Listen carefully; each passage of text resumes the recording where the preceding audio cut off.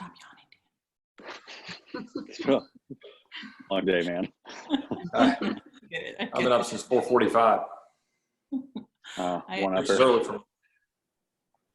Good evening, everyone. Okay, everyone's filing into the room right now, which is fantastic. We'll kick things off in just a moment, but just a few housekeeping items before we get started. If you have questions that you would like to ask during the session, please go ahead and use the Q&A window. We did take a lot of questions ahead of time, so we may not be able to get to other people's questions that come in. But if you have comments that you'd like to use, please use the Q&A window or the chat window, and we'll take care of that. And with that, I'm super excited to kick it over to Dr. Emily Williams-Knight, President and CEO for the Texas Restaurant Association. Excellent. Good evening, everyone. We're back together again, and tonight I think we have a great night ahead of us. I think considering some of the news on the PPP program today that you've been writing us about, I'm really excited that we have two of our congressmen here. With everything going on, I think it's just a great vote of confidence for our sector that they're going to make this time for us. So before we start, I think it's really important with both of them that you know a little bit more about their backgrounds. And so I won't read their entire bios. They're clearly both very accomplished, but I will start with Congressman Crenshaw. He's originally from Houston. He graduated from Tufts University in 2006. I was a Boston University girl, so we were close, where he earned his Naval Officer Commission through Navy ROTC. Dan knew as a young boy that he wanted to be to serve his country with the most elite fighting force in the history, which is the U.S. Navy SEALs. So following graduation, he immediately reported to SEAL training camp in Coronado, California, where he met his future wife, Tara. After graduating SEAL training, Dan deployed to Fallujah, Iraq to join SEAL Team 3. And this is amazing, but not unheard of. It was actually the first of 5 overseas deployments, which is just tremendous. I mean, amazing. Dan was medically retired in September of 2016 as a lieutenant commander after serving 10 years in the SEAL teams. He left service with 2 Bronze Stars, 1 with Valor, the Purple Heart, and the Navy Commendation Medal with Valor. Among others, soon after, Dan completed his master's in public administration at Harvard's Kennedy School of Government. Dan then returned to Houston. He worked throughout the recovery of Hurricane Harvey, and that is when he and his wife decided that serving the public and serving the Houstonians was the best thing he could do. In November of 2018, Dan was elected to represent the people of Texas' 2nd Congressional District. He was appointed to the Homeland Security Committee and the Budget Committee. He was also named ranking member of the Oversight Management Accountability Subcommittee of the Homeland Security Committee. Through his work on these committees, he is focused on border security, disaster relief, funding, port security, cutting frivolous spending, and implementing fiscally responsible policies. I like this line best. Dan believes in service before self and understands there is no higher calling than service to the American people. Congressman Crenshaw, as the daughter of a Navy nurse, 30-year hospital corpsman, and the wife of a Coast Guard veteran, I want to thank you for your service and thank you for being on here tonight. Thank you so much. I'm going to now introduce Congressman Roy. We've had a chance to meet actually already and share a meal together. Very excited to have you tonight, and to let everyone know, I've actually been texting, if not hourly, but several times a day related to the PPP, and Congressman Roy's had a real, I think, interest in how to help us as an industry. He's a former federal prosecutor and top advisor to many prominent Texas officials. He previously served as the chief of staff to Senator Ted Cruz, staff director of Senator John Cornyn's leadership office, and senior counsel to the Senate Judiciary Committee. In Texas, Roy was the first assistant attorney general under Ken Paxton and served as a senior advisor to then Governor Rick Perry. He serves on the Budget, Oversight, and Veterans Affairs Committees and is a ranking member of the Oversight Subcommittee and Civil Rights and Civil Liberties. Roy's district stretches from South Austin through the Hill Country to downtown San Antonio. The congressman has spent numerous years outside of politics, including working as an investment banking analyst, a technology consultant, and a counsel in the oil and gas industry. The congressman also served as vice president of strategy for the Texas Public Policy Foundation. A dedicated conservative, Roy is committed to restoring healthcare freedom, protecting our borders, defending the sanctity of human life, supporting the men and women of the military, and reducing federal spending, and limiting government to promote freedom and opportunity for all Americans. I think, with the last line there, opportunity for all Americans, Congressman Roy, I want to give you the first question, and I'm going to tell you it's not an easy one. But, many of our restaurants were told over the last week that they would receive their funding. They were approved.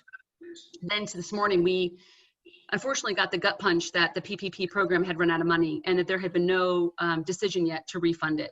And in Texas alone, about 50% of our restaurants did not receive the funding that they need, frankly, to stay alive. And if you look across the nation, when we actually just did some basic math, the $349 billion, less than 5% went to the restaurant industry. the second largest and likely most important across the entire nation. So I would just love, from your standpoint, what happens and where are we going from here? So that's a 30-second question, right? Yeah. Look, Emily, thanks for having me on. I'm delighted to join Dan. Haven't got to see Dan in a few weeks since we've been sequestered away from DC, but look forward to getting back there and working together. And I really appreciate all your hard work on behalf of all the restaurants in Texas. Let me just tell all the listeners out there, Emily's been killing it. I mean, she responds all the time, and we're on the phone and texting on a pretty regular basis.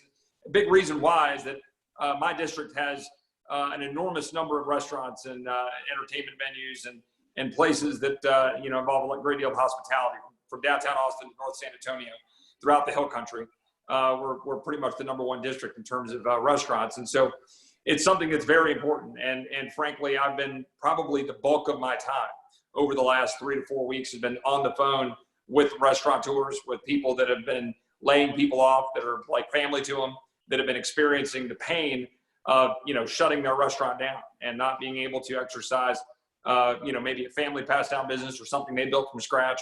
And you all know that. And so this is something that's very near and dear to me because it's central to my district. And so, one of the things that I think we ought to be most thankful for is that we were able to get something through and get through the Congress.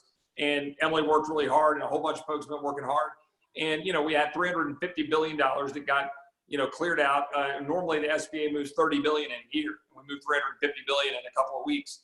That's a very good thing, and we should be proud of that. And that's a very positive. And I know a lot of restaurants, and I know some people that have been getting the benefit of that, Yes. right? Yes. And we had, I think, 1 million businesses that have gotten loans. I think 4,600 lenders. This is nationwide.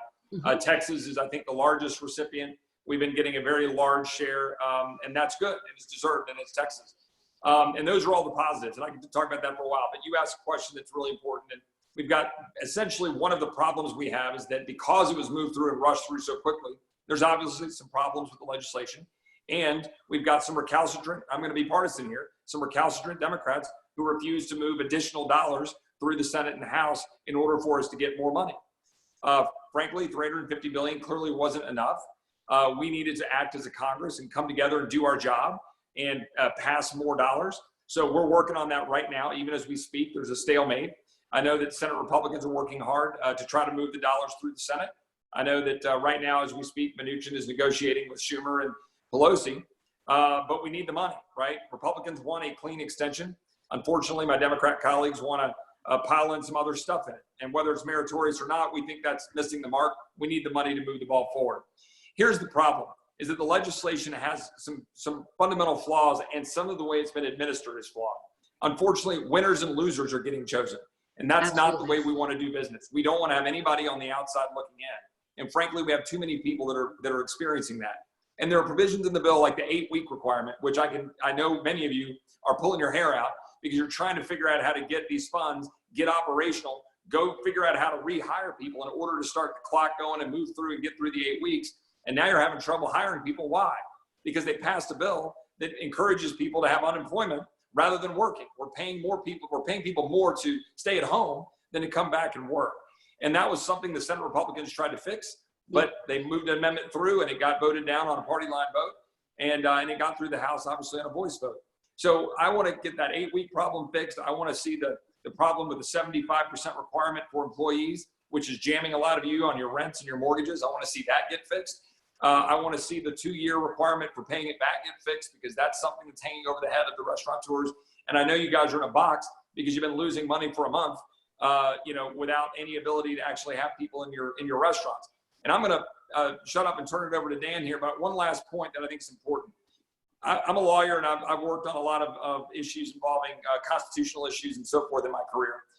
I believe this is more analogous to a taking than it is to a bailout or a stimulus. This is something where we've got government, not entirely, but heavily responsible for the shutdown. And it's government that is, not making it possible for people to go to your restaurants and go in and enjoy a meal. Now, maybe for good reason, maybe to go combat public health, to deal with it the way we need to. That's something history will judge. But it is a fact that government is a player in this. And so I view this more like a taking that people need to be made whole for than I do a stimulus or some sort of bailout. So we're going to work hard. I'm going to turn it over to Emily and to Dan, and then happy to take questions going forward. But working hard for you guys. Thank you. Absolutely. Congressman? I don't have anything to add to that question. I won't be as kind to the Democrats as Chip was. No, this is a hostage taking experience, just like the last one was, and these people need to be held accountable. They're asking for additional funding into programs that are not even close to being run out yet. They're not making any sense. What we should be talking about is how to fix the program. I agree with what was said, that the winners and losers are taking part in this, which leaves some of the losers out, which is, and from a policy perspective, I understand why it happened that way. It would have been very difficult to perfectly tailor and limit who gets the loan. That could have had a worsening effect on and make it even harder for people to get the loans. But what I keep talking about is that this is a time for Americans to look out for one another and not take advantage of programs like this. If you're getting that $1,200 check and you don't need it, you better be giving it to charity right away. Because I have a problem with the direct cash payment ideas too, for the same reason. And we've got to spread that message and that leadership message. And I'll leave it there because Chip answered that question pretty wholly. I wish I had more updates on how those negotiations were going. I do not at this time. I think we have more conference calls with leadership tomorrow. We'll probably get updates on that and be sure to notify everybody. Great. And I think, and that's really how it feels out here, right? As we know, and I think Chip said it right, we need more money. That's very clear. But we also need the guidelines improved. So let's just kind of fast forward and say, if the PPP today doesn't have any funding, does it make more sense to try to put more money into that vehicle when it's not working for restaurants, for many restaurants, right? The 8 weeks, is it easier to fix what's fundamentally broken, or is it easier to pass a new piece of legislation when you all come back in May? And I ask that because we have a lot of people saying, if you get more money, but I still have my 8 weeks, I still have to have everyone employed by June 30th. I still have to have 75% towards payroll, but Chip pointed out, and we're hearing this directly, my employees I had to let go when the dining room closed. They're sitting at home. I'm asking them to come back. They're telling me I'm making more. Right. But if we bring them back, we don't have any confidence right now in July what our demand will even be, right? So let's just say people are nervous about coming back, or there isn't discretionary spending. Then where do those employees go? So our restaurants feel like they don't know what to do. And I guess what we don't want to do is get more money if it's not going to work the way it should for our industry. Does that make sense? It does. Here's what I would say. I would not want to give anybody any false hope that the legislation, that the program itself is going to change in a way that would be tailored to the restaurant industry. It's the way it's designed right now is very broad based. And I think there's a lot of policy, there's a lot of good policy reason for that. It just sort of has to be that way. So my main goal would just to be inject more funding into it now. And I think we would all agree, while there's problems with it, it's certainly better than nothing. Yes. And you need to get the loans. It's better than nothing. And then the second big thing you mentioned is, okay, let's get back to work. We need to get people back into the restaurants, because that takes away a lot of your problems when people get back into the restaurants. Right now, there's a lot of takeout. I take out all the time, and some restaurants are crushing it. Lots are not. And so it's a mix. I want to get customers back in there. That's our main goal. I am full on.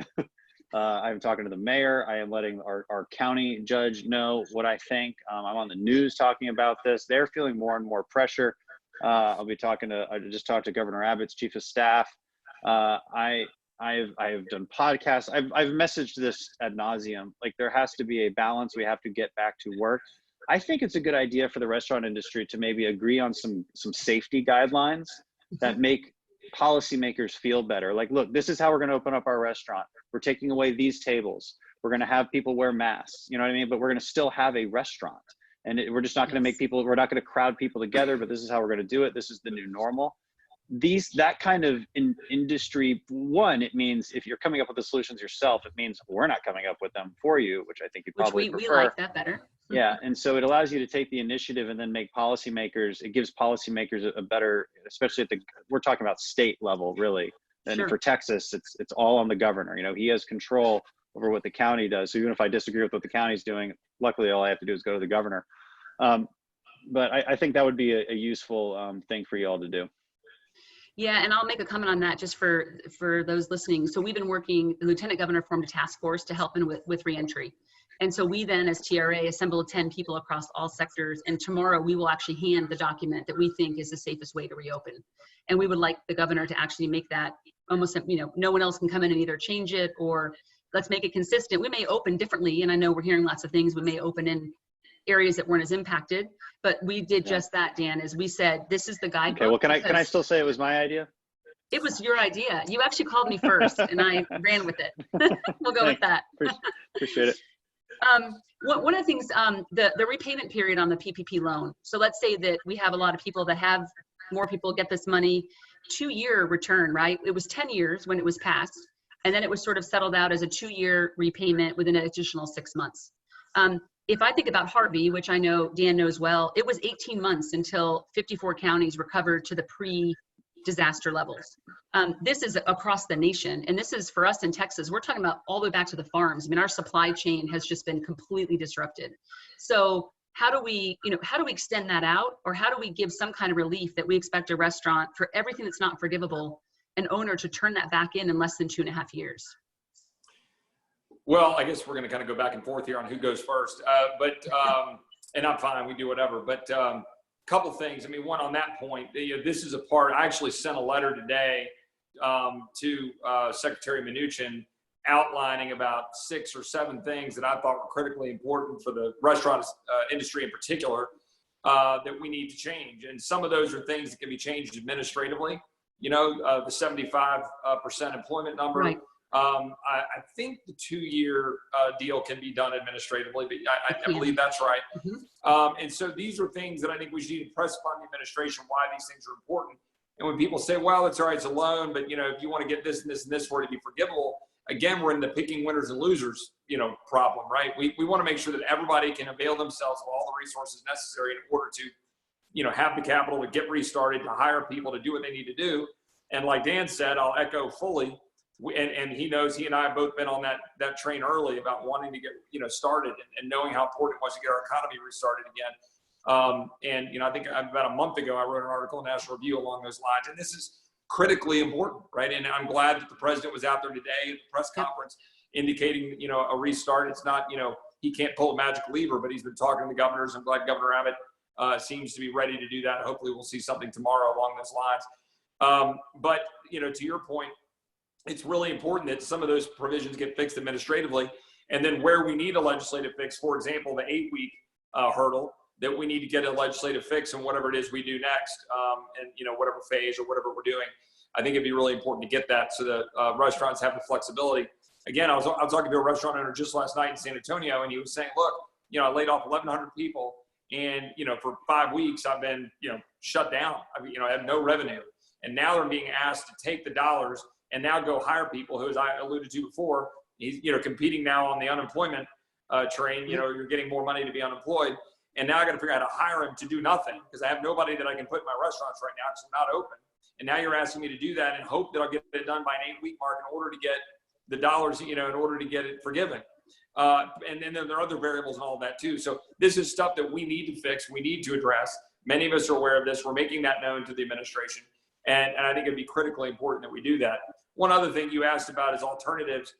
I don't know the answer about whether we should fix the PPP and try to make the changes that I was just alluding to, or whether there's a different model that we should pursue. I think we should be doing dual tracks, and that's kind of the way I've been viewing it. I've got some people I'm working with on some approaches that are more like the business interruption model, ways that we could have direct funding coming from the Treasury, maybe the mechanism like the advance that they've got in place right now to deal with the mandatory sick leave. There are different mechanisms to try to trigger direct flow of dollars or create a mechanism where you have a pool backstopping business interruption insurance. And, I think there are other ways we can think about it, but the biggest thing, get the economy going again and get people in the restaurants. Yeah. And actually, if it's okay, I want to move to Dan and talk about business interruption. Because this is a biggie, right, for us. And so, especially Dan, in your district, so many folks took out business interruption post Harvey to protect themselves. Many of them that had business interruption in Harvey didn't get a dime. And so you have a lot of pent up anger and frustration, especially in that part of Texas, but across the whole sector, that even where there's virus inclusion, exclusion, whatever it is, if they believe their policy qualifies, not one policy is getting actually accepted right now, not one qualifying event. And so, we really believe that's a massive opportunity. We know that if we just ask for the president to come down hard, that's going to get tied up in courts forever. We really think it's something that has to be done either through the trial courts, but that's going to be 20 years until anyone sees that money. So is there something, or do you all have any ideas? And Dan, I'll start with you maybe, but on this idea of business interruption. So if you're a restaurant owner and you've had a policy, and someone in your district I know pays about $600,000 a year for their restaurants for that policy, and they were told, sorry, it's this virus, it doesn't count, and yet you were shut down by the government, and with a virus. And a virus is apparently different than a fungi and bacteria, which maybe I was supposed to know that, but I guess probably the restaurant person didn't know that either. So this is a massive pain point, and we're told that this will be discussed in May when you all return, but I would just love any kind of comments for our members on this point, because they are really frustrated. Not a single person that we know of has had this actually come back approved. Yeah, and I'm not a contract lawyer, and I understand the frustration there. I see this as difficult for Congress to meddle in, because that upends contract law in a huge way where we had to do that. And it would have to be resolved by the courts. The fact that it probably can't get resolved, because it is unlikely that any insurance would ever be written for a pandemic like this. That does strike me as highly unlikely that anybody would be including that in insurance. That being said, that's exactly why we're trying to get the PPP program right, because that is the insurance, right? And so that is Congress's way of swooping in and becoming that insurance mechanism. And again, you just got to call your Democrats. I mean, they have to just let this go. They have to approve this another $250 billion so that you can get these approvals. And then we should put more political pressure on these other businesses that are, because I see these examples in the write-ups that you guys sent. Construction companies getting $1 million. That's a waste of money. And so I think we're better off. I understand the frustration there, just like I understand the frustration with something like rent payments. Like, we don't want to pay rent, right? And understandable. The problem is, in both cases, we're shifting the burden from one place to another, right, and that's not good policy. And so we have to target the source of the problem, which is directly your revenue, which we're trying to do with the PPP program. And I would urge us all to focus on that and get that funding replenished, even with its imperfections. That's, I'm trying to get this money to you as fast as possible. And I just think that we're all better off if we are calling every congressional office, mostly Democrats, obviously, because the Republicans are ready to vote for this right away. So I think that's our best. For expediency's sake, I think that's our best bet to getting help now. Yeah, and I think we agree. I mean, we had been projecting probably a week ago, right, that the money was going to run out, and we thought last week we'd get the other 250. And let's just say, Dan, money comes in, we get the 250, they decide tomorrow, because I do think the pressure is mounting. I do believe that. I mean, I think it doesn't matter really what side of the aisle you're on. The right thing to do is to get the money into these business owners' hands. Mm-hmm. So let's get into May then. So now our restaurants have reopened at 30% capacity, 40%. And, we're pushing very hard in Texas to have appropriate social distance seating and not setting metrics on restaurants, because we really feel like that's what we're really best at, is doing the right thing and keep people safe. So let's just say now it's May 15th. Now my runway, it's June 30th. I've got my 8-week covered period. I took what I was supposed to. Now what happens, right? So I'm still at close to maybe half of what I did the year before, not even close. My employees are barely coming back. I can't survive because I run on major, razor thin margins. Do you imagine more relief coming? Because one of the things we proposed early on was even just a restaurant and tourism relief fund, right? Or something that was geared just to our sector. Because what you pointed out, I mean, I got a call tonight that a church took $1.2 million and sort of a bunch of their members quit, or I guess, I don't know what you call the people that help run the church, but this particular church, because their membership was fine. They didn't need the money. And they said, well, if we don't need it, we'll pay it back. And so you sort of think about, if we do this again, can we get something just It's got to be more targeted.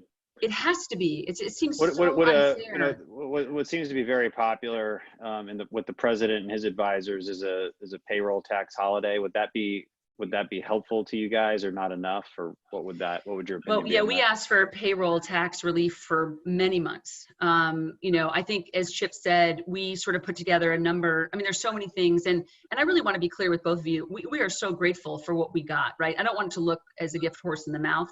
I think where I sit right now is I'm getting the calls from real people, and you get them too. And these are real people, like I know who Chip's talking about because I got that call.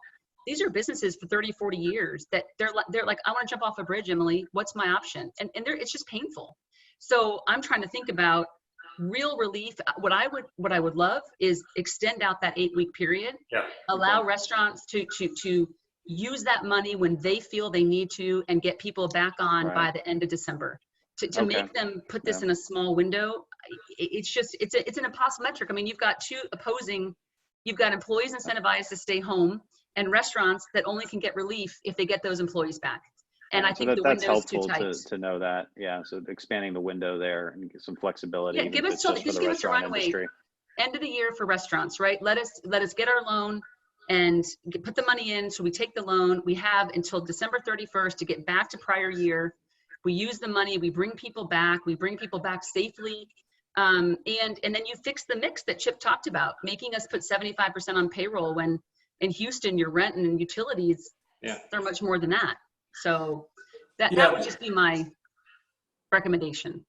Yeah, if I can jump in here real quick, I would just add that that point you just made is one of the points I've heard over and over and over again, right? That 75% number, which I understand why it was there, right? You're trying to put in some requirement and metric to say we want these dollars to go to employing people. But in the meantime, we've got high rent districts. I mean, Austin's there too, and everything else, where we got guys that are, bleeding because their rent and their mortgage is eating up a bigger chunk of that, and they can't get to that 75% number. And in particular, a second point to this, which is kind of lost, is I think we've got to improve our messaging generally on this, because I've got so many businessmen and women that are calling me and saying, well, I'm going to hire people back to not do anything, right? Because I'm not serving meals, or if I'm a hotel owner, I don't have heads on pillows. And so I keep getting the same questions, like, well, you want me to go back and hire people in order to race to the 8-week mark in order to get, a forgivable amount of dollars. But it's contrary to what most businessmen and women think, right? They don't want to just burn dollars to do it, right? And in some what ways, happens July 15th, Chip? So you've spent your money. It's let's say it's June 30th. So July 1st, you think you're going to have 100% payroll capacity and business to support it when you can no longer get that loan to a grant? You're going to put all the people back on unemployment. Right. It's just a vicious cycle. This gets to the heart of obviously what Dan said about getting our economy going and getting back and running so we can fill the restaurants. And, whether it's, we talked about the options and spacing out and masks and all those things, whatever standards we can put in place, but getting them in there, outdoor dining facility, we got so much outdoor dining. Yes, outdoor is huge for us. And so these are the kinds of things that we need to be, encouraging and doing so we can at least move in the right direction. I think if we start to see at least sort of half full restaurants, we can start to believe that we're going to get back where we need to go, so the confidence will grow and build and those dollars can continue to flow. But in the meantime, I know, your numbers, right? You had about half of your respondents saying they were able to get money, right? I mean, that's not good enough. You got half of your restaurants that are on the outside looking in. So 100% agree with Dan. Go call your Democratic offices and tell them we want that additional money, number one. But number two, we've got some work to do, I think, to improve the PPP to make it to where those dollars are actually useful once you've got them. Because I've got some people in my district that have gotten the loan and they're sitting on the Capitol, but now they're trying to figure out what to do with it and how to make it work. Yeah, I agree. And how to actually get it done in a way that they can bring people back in, have them employed. And again, back to the message, making it clear that part of the goal here is to have the engines idling and have everything ready to go and ramped up. So you have some people on payroll, but you're not doing a lot with them. And that goes against the grain of what you normally think is a profit-seeking, restaurant owner. But you need to take that and be able to put people in there and have them sitting there with the engine idling, ready to roll when we finally get to the place where we've got the people coming back in. Yeah, absolutely. I think we lost Dan for a moment. So it'll be the Chip and Emily show. Buckle up, Chip. So I do have a question for you, which is around testing, because this is the quicker we can go through the 3-step process that the president outlined today, and the quicker we can move through those 2-week windows, the better we're going to be. But we know that without testing, anyone else have feedback? Am I okay? I'm good. Okay. Without testing and without tracking, and right now I think there's 29 million residents in Texas and about 150,000 tests. So from your standpoint, I know the President Trump keeps saying this is going to be something that's going to have to happen at the state level, but any understanding of, because the minute we can test much more frequently, I think the safer the public's going to be to come into our restaurants, or even tracking if there is any type of a virus or COVID positive, either customer or staff. How do we get more tests? I mean, how do we get testing moving at a rate for the size of Texas that I think really is going to help this economy move faster and reopen? Well, it's a great question. It's one of those questions that we've been focusing on the better part of a month. I think the administration has been doing a good job trying to move all that forward and get testing moving. And we've obviously exponentially increased our ability to test. We've now tested, I don't know the numbers, over 2.5 million plus, I think, that we've been able to test across the nation. And now we're to the place where we know that we've got antibody testing, serology, blood testing that we hope will be more widespread, and the ability for us to check people to see whether they've got antibodies. And so I was just on the on the phone call today, for example, with several hospitals in Central Texas, rural hospitals. And some of them, by the way, have tests, and they have testability in-house. And that's growing and becoming more prevalent. You've got Abbott with what they've been doing with their testing, and you've got several others. And so I think that's growing, and it's going to be there. It's not quite there yet in terms of the broad distribution so that we can be testing everybody under the sun, but it's coming, right? The last thing I heard was something like 7 million tests available in May. I don't know if that's right or not. I've heard a lot of big numbers over time. But the most important thing is that we get going and we get a process where people feel comfortable re-engaging, and testing is clearly going to be a part of that. But it's not the only thing. Testing is not going to be a panacea. We're not going to have 330 million tests in May, right? We're not going to have 100 million tests in May. So testing is a part of it. We've got to be, there, masks, protocols. Dan said it very well about, restaurant association, you guys leading and setting parameters so people can feel comfortable knowing that they can go to a restaurant, know it's going to be spaced out, and know what the rules of the road are, and function just fine. Excellent. Dan, any comment on testing? I know it's... Yes, sir. My internet went down on my computer, so I managed to get my phone up. On testing, again, going back to parameters, for instance, maybe this is already in the plan you guys laid out, but consistent testing amongst employees, not all employees, and this is going to be, I think, the norm throughout all industries. If we're going to properly do sample testing throughout the population, it needs to be industry-based. We're not doing it right in Houston right now. We're testing 500 people a day in multiple sites, and that's great. That should continue, but there has to be targeted testing too. Like there should be like one employee from each restaurant tested every few days. That gives people a real sense of like, okay, this is a consistently tested restaurant. I can go in here. It just makes them feel safer. That's where we need to get to. That's where our policy, that's where our local officials and our governor, I think, needs to get to as far as describing how this is going to look, because we can talk about numbers of tests all day long, and that's important. The problem I keep pointing out to our local officials is that they keep complaining they don't have enough tests and we can't reopen anything because we don't have enough tests. And I say, what's the right number of tests? Well, they haven't even thought about it. Well, then how the hell do you know it's not enough? Targeted testing is where we're at, is where we need to get to. A few people from each school tested regularly. This is how you identify outbreaks. And this is what the next year looks like, I believe. And that's what we need to get to. We are seeing rapid, new technology develop. I think it's going to get better and better and better. A lot of people are frustrated by it. A lot of people want to blame the president. The reality is that everything is a lot more complicated than that. I could go into a long history of how testing came to be in this country, what the problems were, how the FDA got in the way through no fault of its own, really just old regulations, and why we are where we are now. But I want to dispel this myth that President Trump could have just snapped his fingers and he chose not to. I mean, that's just not how this stuff works. but that's a different conversation. Well, no, and I think you're right. I mean, I think we're thinking about how do you screen, employees every day before they come in. What can you do as a restaurant operator? How do you make people feel safe? And then putting those guidelines in place, to your point, and then having very clear, if something does happen, what do you do as the restaurant owner? And the inconsistencies that can happen with 1,000 health districts, we need that consistency, I think, across the state.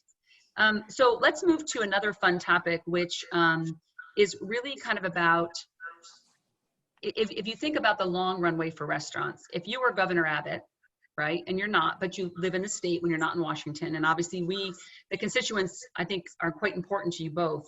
What would you say to Governor Abbott as he rolls out our plan tomorrow? I mean, Texas is what, the 7th largest economy in the world. I mean, where we go, as someone said last night, they go. I feel like as Texas, we have to show some tremendous leadership right now. And there's a balance of fear and health, right?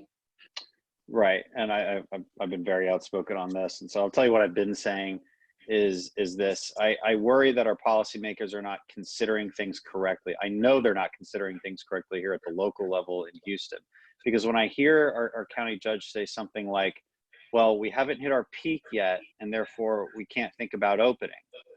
Okay, well, let's do a thought experiment really quick. If we took our numbers, 29 deaths, a couple thousand cases, most of which are already well and on their way, our hospitalizations are going lower. If we look at our numbers and we cross out the word Houston and replace it with the word New York City, what would happen?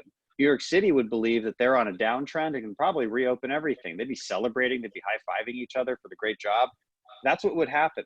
So how is it, look at this thought experiment, how is it that the exact same set of data for two major cities can mean two totally different policy outcomes? This simple thought experiment is proof that our leaders are not thinking about this correctly. And I've been saying this over and over again. I hope they start to hear it. I think Governor Abbott is probably more in line with how I'm thinking about this. I need to talk to him tomorrow. But I would say that balance has to happen quick. This is the other analogy that I use. In the SEAL teams, we get shot off a target, okay? And it's not fun. You got bullets flying by your head. You weren't expecting it. And so you retreat. You take a tactical retreat. You use that tactical retreat to reload, call in air support, and figure out how you're going to maneuver on the enemy. And then you go and you beat up the enemy. This is basically what we're doing. We had to take a tactical retreat. That was the purpose of flattening the curve. The purpose of flattening the curve was not to keep watching it go down and stay in hiding until it goes down. The purpose of flattening the curve was to make sure our healthcare system does not get overwhelmed. And that's the key thing that our policymakers are leaving out of the conversation. We have excess capacity in our healthcare system right now, and that's okay. The fact that we have so many empty beds is an indication that our social distancing measures are too extreme, according to the strategies that we've all been talking about, but we're forgetting to say that. And our leaders need to be bullied, frankly, into being a little bolder and braver and accepting this fact that we're moving into a risk mitigation phase. We can't stay in this risk containment phase forever. And so you would feel comfortable, Dan, next week or the week after in one of our cities or one of our restaurants, maybe let's call it Houston, right? And coming in and having a meal, safe distance with proper precautions, you'd feel great doing that? Yeah, of course. I mean, I've been doing it. We kind of do that here. I mean, we can go into restaurants here. There's no sit down meals, but we're going in and doing takeout. I mean, I do it all the time. It's like, we have to explain people like, listen, guys, if you're willing to go to the grocery store and stand in line with each other, why aren't you willing to sit near each other, especially outdoors? We have to start expressing this in visual terms for people. And I think most Houstonians are like, yeah, I'm in, I'm fine, let's do it. Like, I really think you'll see I think you'll see a lot of people going out. That's just my take on it. Too. And I think you're right. I think what we try to describe, I mean, there's nothing more frustrating for our restaurant owners that they would drive by a grocery store or a Costco and there's 1,000 people in line standing on top of each other, walking into H-E-B, crawling over each other for the last roll of eggs, toilet paper, whatever it is. And, and we're talking about people, and everything you use at your table is sanitized every time you leave, right? So I think that you're right. Or if you go to the gas station, there's been 1,000 hands on that pump before you arrived. And so I think you're right. I think one of the messages we need to get to the legislators in Texas is to kind of stop thinking about restaurants as these destinations that were unsafe and had to be closed, because we actually we have probably are the most heavily regulated industry in the state when it comes to feeding people. Right. It's And already this is what we extremely do. clean. Right? This is what we do. Let us do what we do best, right? And we'll take care of people. Yeah. Chip, anything for you for Governor Abbott? I mean, first of all, let me just say I co-sponsor what Dan was just articulating and the importance of it, and would totally agree about the message and getting people comfortable with it. I mean, I was out in Fredericksburg last week and going out for a food bank delivery thing, and we were able to, we wore masks, we were delivering food and handing it out to everybody as they came through. We figured out a way to do it. And my kids and I were coming back from Fredericksburg, and we stopped off in a place that had takeout food, but they had some picnic tables, and we sat there, and there were some locals that came by, and we sat there about 6 feet apart, and at some outside tables. And, that's what you do, right? You just figure it out, right?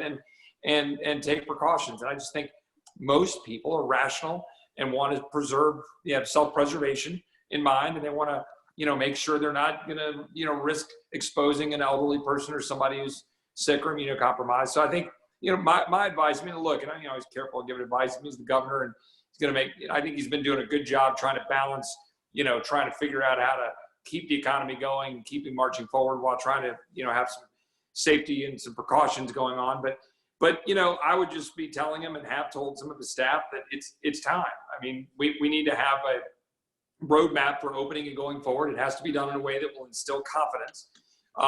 People need to believe that we're going to have the ability to, and Dan said it, our healthcare system needed to be put into place. So if they know that our healthcare system, it's there, it's ready, it has beds, it has the ability to deal with whatever's coming its way for the most part. And if they understand that we've got the right protocols in place to be able to operate and move forward, and that there's definitely a way to do that, and that we've got testing that's continuing to grow and build, you can lay out a roadmap to succeed in doing that. And, my dad is 77 years old. He had polio when he was a kid. He knows a little bit about what it's like to catch a virus and have it hammer you. And, he's been, handicapped his whole life and difficult to climb stairs and so forth, but blessed and has had a great life. And he was just telling me the other day, it's like, look, he's got a tracheostomy, he's 77. He doesn't want to catch the coronavirus, and I don't want him to.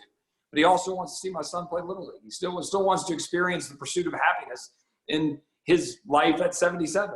And, I want him to be able to come visit my family and come do that. And I think a lot of Texans are itching to do that. So my advice to the governor would be, we could develop a model and allow all of us to be able to do that sort of thing and do it safely. And we should instill confidence in the people of Texas that will do just that. Excellent. Yeah, I think you're right. And I think, I was raised in New England, and I loved it. I'm definitely a New England girl, but this is when I want to see Texas act like Texas and be, sort of risk-taking, forward-thinking, not afraid. And I know that our restaurants, we need to get them opened. I mean, and I think, I think one comment I think that people haven't really thought a lot about is the supply chain. So we were very lucky. We went to the governor early on, and we got the curbside alcohol, which, has been fantastic. We wish we could do margaritas. And by the way, I need your help when you talk to the governor. Make sure we let's expand it. I want to go actually get the margarita in my glass. Why was that ever against the law? Yeah, if you guys could help, that would be super great on that one. I think the governor's tired of me asking about expanding it. But we want that. Just be sure my Southern Baptist pastor might have to not watch me tweet on that one. But other than that, we're good. Yeah, we won't take that anywhere. But I also think about one of the things that now the governor was the first to do, and now you see it happening across the US, is that we really turned into the retail outlets for so many of our communities. And so when the grocery stores were saturated, we went to the governor and said, give us a waiver and let us carry all the basic products, because your distribution and your supply chain is completely stopped, because we're 51% of the food dollar. I mean, people forget the role we play in that supply chain. Well, now my concern is shifting further back, which is the spring harvest in Texas is coming in, and there's nowhere for it to go. And so I think as we have some of these discussions, we have to remember that I was before TABC on Tuesday, and the people before me was spirits, the distillers, the beer guys, the wine. They're amazing people. If we don't get back open quickly and are successful, they all fail as well. And I think it was even TABC seeing the connection point of restaurants. And so, I just think as you move forward, and I especially want to thank Dan too, because you've actually done some pretty cool videos where you're ordering takeout and kind of, playing a role, I guess, a little acting role. But it means something to people when you do that. And so, as you think about relief to come, can you think of coming back in May and voting on, and I'm asking two pretty fiscal conservative congressmen, I get that, but I mean, we know it's not enough right now for our sector. What can you share with our members that, is there a consideration for additional relief? Is there a consideration, or are we back with the governor talking about tax relief and regulatory relief? What is it that, you know, is there more coming, or is it the PPP and we make it work? I don't know who wants to go first. Yeah. Dan? Chip's Go pointing ahead. to you, I think. Yeah, I mean, the truth is we don't know yet. That's the honest truth. But I think there'd be a lot of political appetite for it, especially specific to our service industries. All the data shows that our service industries and the restaurant industries are hit the hardest, and so I would certainly not rule it out. Let's just let's continue to talk about how we would craft that. What exactly is the best way to do it? You've already given us some obvious options, like, you know, extending the runway from that 8 weeks, for instance, payroll tax holiday. There's ways to help, for certainly. So to answer your question very generally, I think there's political appetite to help, but we're taking it on a case-by-case basis. And this is the general Republican stance. The Democrat stance is spend as much money as possible and then try to claim some kind of moral victory. Our stance is to look at these problems one at a time and make sure that that we're doing the right thing and we're taking it one step at a time. So there's definitely political appetite for it. Good. Chip? Yeah, I would largely agree with that. I think, you know, it's one of those things where I don't know that we can say what the magic number is or what the amount is or how long, right? Because there's still too many variables. And, you know, we need to see that unfold. What we know right now is that there's not enough money today to keep people afloat. And we need a bridge to somewhere, right? To kind of take a page out of the old earmark joke from 15 years ago, right? But we need a bridge to somewhere right now. And we're not exactly sure how long that bridge is or exactly what it's going to look like at the end. But we need a bridge to keep the engines idling, as I was saying before, so that we can get to the place where there's at least 25%, 50%, 60%, you know, people in restaurants, and then start building that out. And you know, filling in with takeout and all the different things that's possible. And you know, as I said, I don't want to reiterate too much, but I started earlier. Just a reminder that clearly I'm a fiscal conservative. I've been talking about debt for years and view through that lens. And it's unfortunate that we're sitting here needing a rainy day fund, and we don't have one. And it's the opposite, right? We're, you know, $25 trillion in debt and climbing because we didn't do our job. And that's something that I know Dan agrees with, and we're both on the budget committee. And, you know, we've got to do our job to get that right. And I think you've got some young members of Congress that are pretty committed to changing some things going forward, and Lord willing, we'll do that. In this instance, we need to be fiscally responsible about what we do. And I think most of your listeners would want us, most people on this call would want us to do that. But also, I do view this, again, a little bit more like a taking, and not, again, it's not a perfect analogy. But when government has shut down the ability for you to have your livelihood, then government has a unique and different responsibility to make that whole in a way that's a little different than the TARP situation and some other situations where, you know, there's an economic condition. Now, you know, acts of God, force, I mean, these are real things, and everybody has to know that.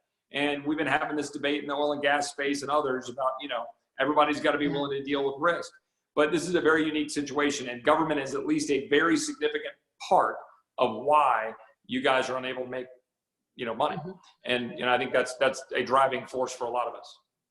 Absolutely. And so from your standpoint, it sounds like from we've done, I think I've been so proud of our members because I think we've mobilized in a way that has even surprised me. And just the way people are helping one another. I think, you know, we started the Texas Restaurant Relief Fund for the independent restaurants. We'll announce another $1 million donation tomorrow. Shiner gave us $500,000 today.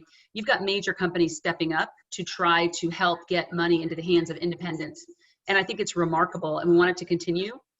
How can we help you? How can the membership in Texas ensure that if we get to the next round, which I'm very hopeful because we need it, what can we do to help get the right information to you all? Because I think we've got all the data. I've got stories that I could tell you forever about real people, but you all are close to your constituents, you get them too. But what can we do to continue to build the case that, you know, out of $349 billion, our restaurants saw less than 5%? That's really tough. So how do we tell a better story this next time around? Well, for me, I think it's that's just a what pretty you good way just to tell said. the story. Yeah. No, sorry. I think we I was just about said. to- I think we just say the exact same thing. I think Yeah. what you just said. Yeah. Tell the story. I mean, that's it. You got to paint the picture. I think Dan used that reference before, that we've got to paint a better picture of what's going on or what we can do. I think you guys, make the stories known about what we're talking about, who these people are, how it's impacting them directly, and explain in a way that you can understand. For example, the 8-week runway problem, right, or the 75% problem. Those are unique to the industry.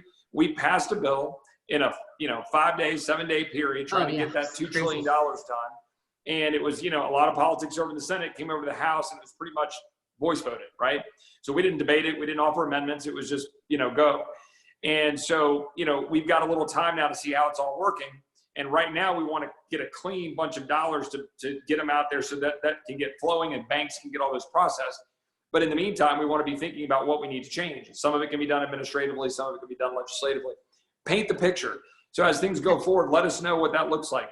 The numbers and all that stuff matter, but there are real lives and people attached to this. There are owners of restaurants who believe that the people who work for them are more like family, and it pains them that they've let them go, and they're trying to figure out how to make it work.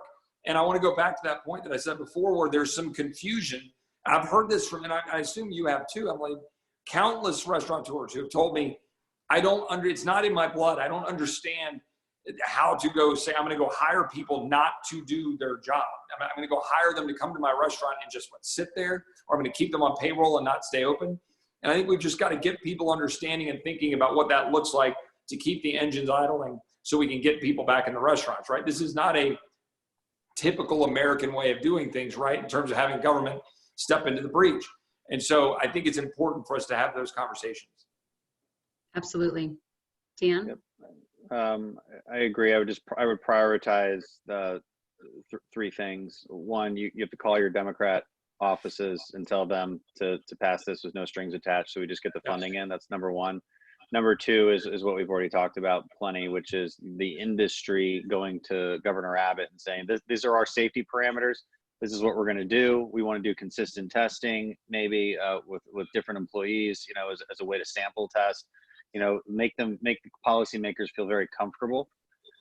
And three is everything Chip said about let's think really strategically about what changes need to be made, because we can pass this money in a clean bill, tomorrow, and still go back and then still pass fixes to it later on that retroactively work. That would be the best, right? Get the money in and then correct those pieces. But we got to figure out exactly how to correct those pieces in a way that also doesn't have adverse effects on other industries too. This is the goal. This kind of gets really technical and technocratic, but that should be our goal, and I think that's what we should be looking at moving forward. Good. And so I'm going to ask you both. We probably have about another 5 minutes, so I'm going to ask a question that's come up a lot today. And I know a little bit of the answer because I saw the same news clip and was just as annoyed. But if the airline bailout, and we will call that a bailout because they call it a bailout on TV. And I understand there's a piece of that is, as it converts to a grant, there's an ownership stake by the government, like 9/11. But if you're a restaurant and you were told that there was a special carve out for restaurants in this CARES Act and you didn't feel it, and then you watch your airlines getting massive amount of money for very few airlines, it doesn't feel real good. So we've got blown up today about what are we doing about that? And clearly we need airlines. Let's be clear, right? We understand that. But we're getting a lot of why them and not us. Well, it's a valid question. You're right.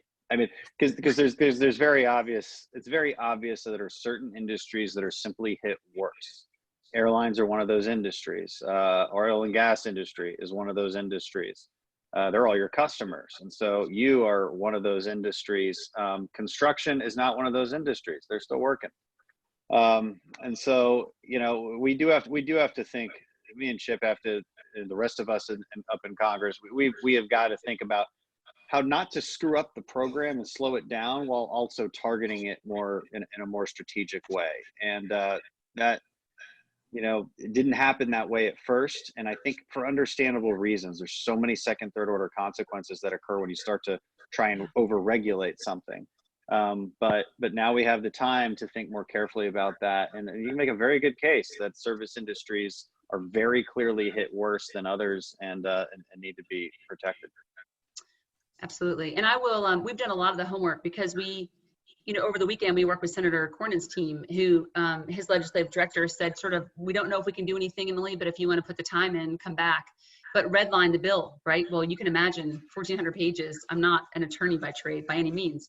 But we worked with the team and we came back and said, these are the things that the Treasury can do or the president, and these are the things that would be legislative, knowing that you guys need unanimous consent, which is close to impossible if you think about the characters on both sides, the extremes. And so we're happy to do that. And I think, I think for all of our members listening, if the idea, I think we can get behind, get more money in, because the gut kick for a lot of people today was they were told they were approved on Friday. I'll give you the best example.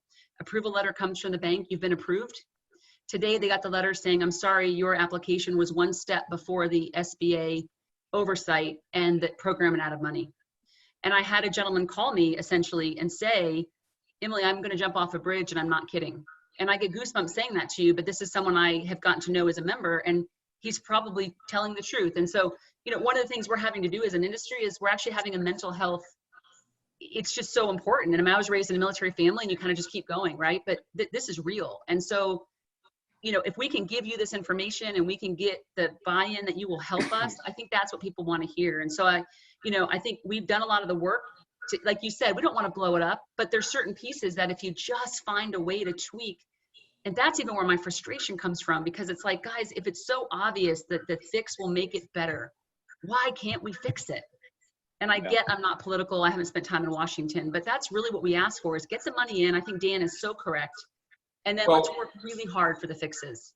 One of the things that we're up against, of course, right now is we need to be doing our job. We need to be debating measures, and we need to be meeting as a Congress. And whether we do that in some sort of more virtual context or in DC, there's a lot of debate about right now. But I'm one of those that believe we need to get back to DC and start doing our job. And then we can have a lot of these conversations. My wife certainly wants me out of here. Yeah, amen. And let me just say one thing on that last point that you made about the restaurant owner who made that comment to you. This is something that has been, important to me over the last couple of weeks, that we factor into all of our thinking, right? Like we focus a lot properly on how to stop the coronavirus and what it means for the significant number of individuals who have now lost their lives, 30,000 plus, across the country. And that's all something that we all want to prevent. But we also know that if we drive ourselves into a deep, deep recession or depression, we know that there are other consequences to that, right? And that we know what that means from a negative standpoint in terms of health and opioid addiction and depression and things like that. And so this is why it is so critically important that we get a bounce here, and that we come out of this. We did our part. Dan said it very well, that the whole point of the flattening the curve is to get our health system in order. And do that and not use it as an excuse to stay shut down. That these are lives, these are people's whole careers and families and people that work for them that they love and care for. And so this is something that's critically important that we need to do, and be mindful of what that means to people. And I just ask everybody listening and spread the words that, like, we're going to come through this. We're Texans, and we're going to work hard and get through it. And we've gotten a good pop to try to help some folks. We need to finish the job. We need to get some more dollars. Dan said it, call your Democrat representatives, or even if they're not your representatives, call them anyway. Let them know how much we need this and get it done, and stop playing games. There are times we can debate other stuff, but let's get the dollars flowing, and then let's get busy making these fixes and make sure that Emily and everybody knows what's happening. Keep us posted in real time. I'll say this, I've gotten more good, solid intel and information from you guys than I have any other industry. And, I've been asking, in fact, using you as a model for some of my friends in other industries about, hey, how's it working for you? How's the capital flowing for you? So keep it up, keep the faith, and we'll get through this together. But really appreciate it. Thank you. And I guess I'll go ahead, Anna. So I just had a couple things that I needed to insert here, because I'm seeing a bunch of different comments come through. Dan, people want to know what is in your cup. I've told them it's American water. So we've got that going on. Yes, it's coffee. It's probably coffee. He's not going to tell us. That's what you think. I'm just going to keep everybody guessing. I think you should. My wife got me this mug. It says, inside this grumpy exterior beats the heart of a dashing hero. It's like grumpy. Aw, she's a big Disney. Yeah, she calls me grumpy all the time. I don't know what she's talking I don't about. know why she gives you that. But Dan, is that even after this came out, does she still call you grumpy? Yeah. Yeah. Oh, she calls me lots of things. Yeah. Okay, another couple of things.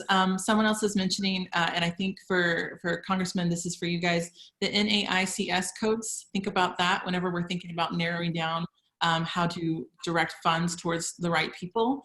I definitely am hearing you loud and clear about the telling people the story. So everyone that's listening to this, please let TRA help you tell the story. We definitely have great connections to media. We want to get this out there. We want to get this in front of these two congressmen as well as all the other ones that represent us. And I would be remiss, Emily, if I let us go too long without mentioning Dan's strategically placed book right over his shoulder. You guys should all definitely order it. I've been doing book interviews. That's why. Yeah, I bet. Great. I bet. It's called Fortitude, American Resilience in the Era of Outrage, which I think we can all understand and identify that. I'll send everybody the Amazon link whenever we wrap up from this. But I do appreciate you gentlemen both being with us tonight. And Emily, I'll let you take it. Yeah, I mean, first of all, I know you must both be very tired, and we do a lot of these, but the fact that you two would come on to show our industry support, I think means more than you probably even know. But I wouldn't be a great head of this association if I didn't ask for something before we got off. And I actually have a couple asks. One, as you integrate and talk with Governor Abbott, can you please reinforce the importance of this sector? You know, he's trying to lead the entire state, and we are trying to make it very clear that we matter, but that the next move is really going to be about how these restaurants reopen, and being restrictive is going to choke the head off of this industry. So whatever you can do to please make sure he understands that not only do we matter, but I think we can actually help these cities recover, because if we start generating revenue and people start spending money, we're going to actually get this economy moving quicker. And the second thing is, I really do want to come to both of you, and hopefully with your connections, and we'll obviously work the Democratic side as well. The money is that one thing, but I really want to work on these fixes, because even watching the questions come in tonight, the money is great, but we've got to figure out how to make it work for restaurants. And so if I could just have your commitment that you will help me carry that message into Washington, and it's not just the two of you, but I know you care about this industry, and you know, we want to go share a meal with you and do fundraisers and move on with life, but we've got to get this fixed. And I can tell you, and you know that, I mean, Chip, and I'm sure Dan will have more contact now, but I mean, it's daily I go to Chip with something, or members of whoever I can find to listen, to say, God, please help us, right? Please just help us. And that's what we need. So we'll package these stories. And if I can just get that commitment from both of you, it would just mean a ton to our members. Absolutely. Absolutely. Yep. Yeah, you got it. No problem. There we go. Thank you both very, very much. We appreciate it. Get some sleep. Maybe. Thank I you. know. Thank you, guys. Take care. God bless you all. Good night. Night. Good night.